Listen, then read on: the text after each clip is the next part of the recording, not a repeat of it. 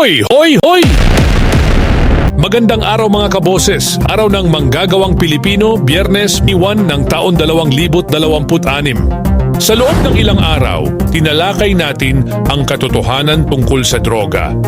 Kung paano ito sumisira sa buhay, pamilya at kinabukasan. Ngunit ngayon, isang tanong ang dapat nating pag-isipan. Hanggang kailan tayo mananatiling tagamasid? Hindi sapat ang malaman mo lang na may issue. Hindi sapat na tahimik ka lang. Dahil ang katahimikan sa gitna ng mali ay parang pagsang-ayon na rin. Kung may alam kang nagbebenta, magsumbong. Kung may kabataang naliligaw, gabayan. Kung may kaibigan na nalululong, lapitan, tulungan, huwag pabayaan. Hindi mo kailangang maging pulis para gumawa ng tama. Kailangan mo lang maging mamamayang may malasakit. Tandaan mo ito. Ang droga ay hindi matatalo ng iisang tao, pero matatalo ito ng nagkakaisang komunidad.